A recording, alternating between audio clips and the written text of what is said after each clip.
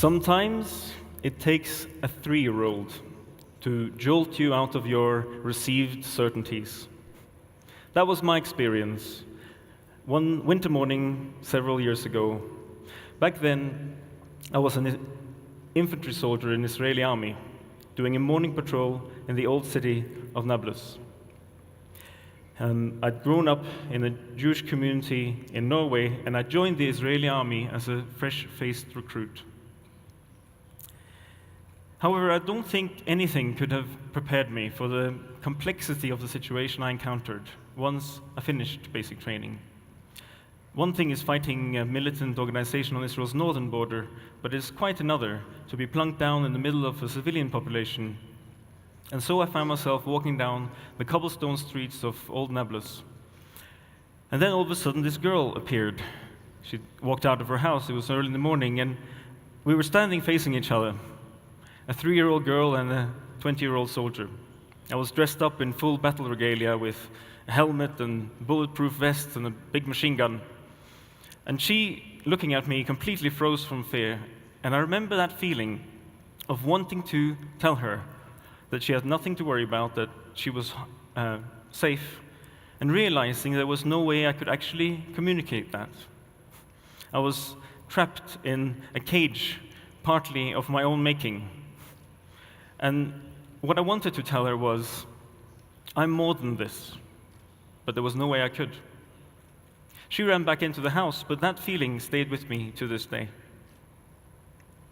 I was mindful of this story several years later when I met Janine Carroll, a New Zealander working and living in London. She had been one of the pioneers in the field of restorative justice back in New Zealand. And what she had created there was a program where she brought young offenders together with victims of various crimes. And one of her stories I wanted to share with you.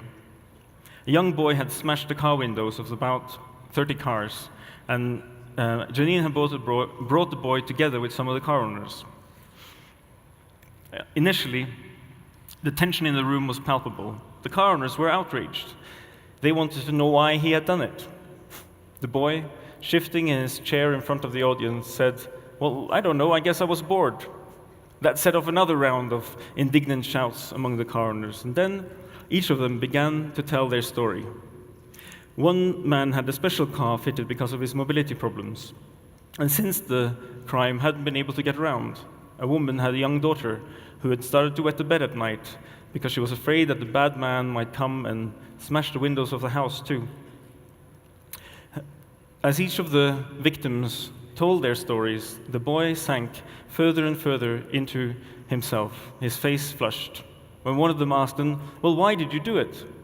The boy answered, "Well, I didn't know they were your cars." One of the victims asked the boy what he was doing with his life anyway. And the boy said, well, he wasn't doing too well at school. It hadn't helped that he'd been chucked out of home the previous year, but that he had been thinking of perhaps becoming a car mechanic. And that was just enough for one of the victims to say, well, if that's what you want to do, why don't you ask for help? I've got a garage where we train young people just like you.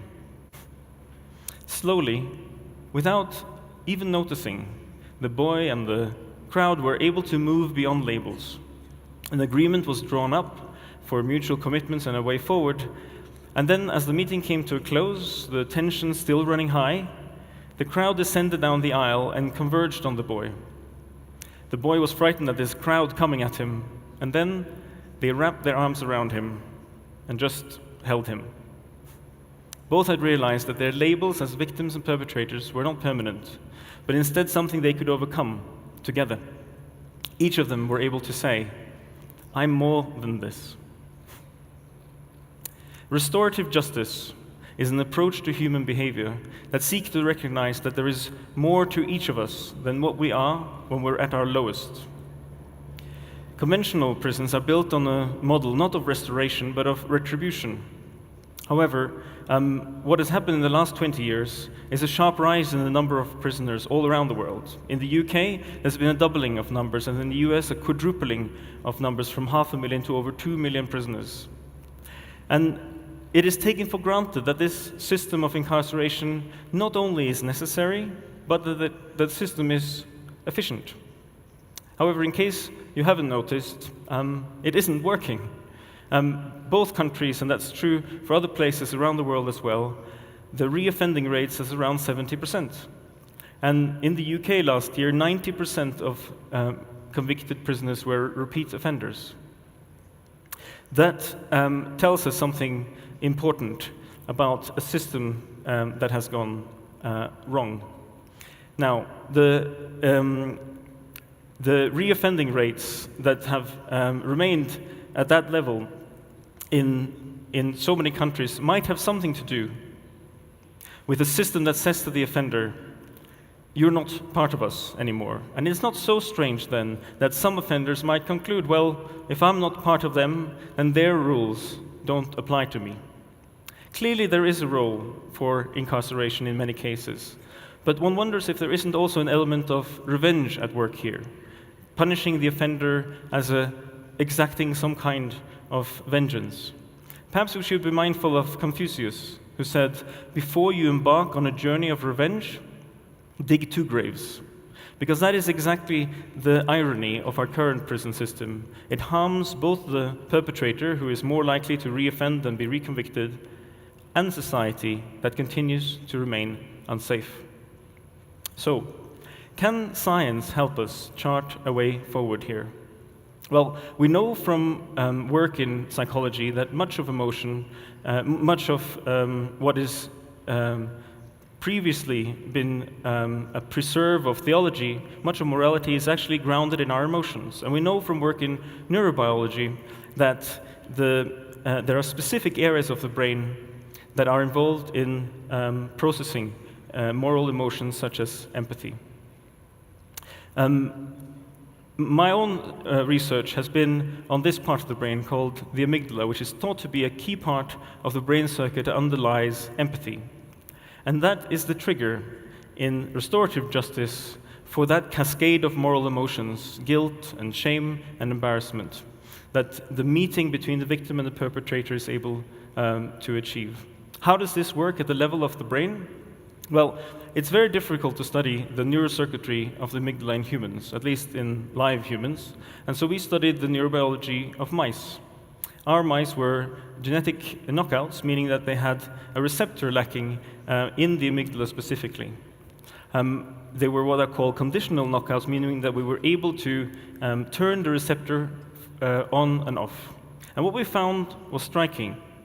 The absence of the receptor, specifically in the amygdala, was correlated with a lack of emotional behavior in the animal. And when the receptor was reinstated, the animal was able to recover their function. This suggests that the brain has radical potential for change, even in its most archaic parts. Now, there are good reasons. There are lots of reasons to say that this isn't the whole story. There are a field growing now called epigenetics that look at the gene-environment interactions, and especially gene-environment interactions in the brain. And what we know is that early negative life events, such as neglect and abuse, have the potential to disrupt the brain circuitry of the amygdala. But because we know the brain is capable of negative effects like that, we also know that the brain has the power to change. Our research into the neurobiology of the amygdala shows that the brain has the potential for radical change. And what I wanted to share with you is a really interesting way of applying this research to humans. This recent study, published just this year, brought a group of psychopaths. I work with psychopaths in Womer Scrub prisons, and in this study they brought the psychopaths into the MRI scanner and showed them pictures of individuals undergoing different forms of distress, pain. When the image of the person was somebody they didn't know, the response in the amygdala was virtually 0 in the first column, but in the second column you see the response when the pain was imagined applied to themselves. So we know that psychopaths have a potential for empathy. It is just that they apply it differently. And that is a key insight into the neurobiology of empathy. It means that every person is born with a capacity to feel empathy. It is just that in many cases, that potential is not nurtured through safe attachment and secure social relations.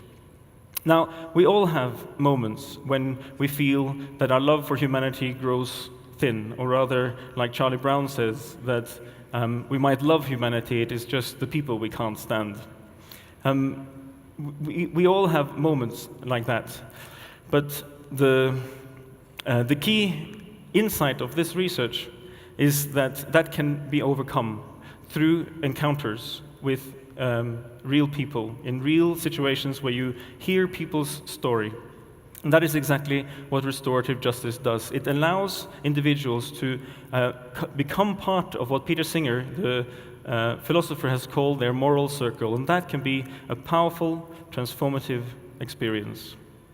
Over 85% of victims who have participated in restorative justice processes say that they feel relieved by having gone through the process. And the most recent data from the UK Council of Restorative Justice suggests that it leads to a 30% reduction in reoffending. Nothing else that we do comes close to that. And that is why it is now urgent to roll this out into communities and schools so that we can use the power of restorative justice, not only to heal after the damage has been done, but actually to to create a culture where empathy and caring becomes the norm. There are still those who consider the spectre of restorative justice unsettling, and even let us allow ourselves to become attentive to that potential for empathy that we all have, and that restorative justice is able to return to us. Thank you.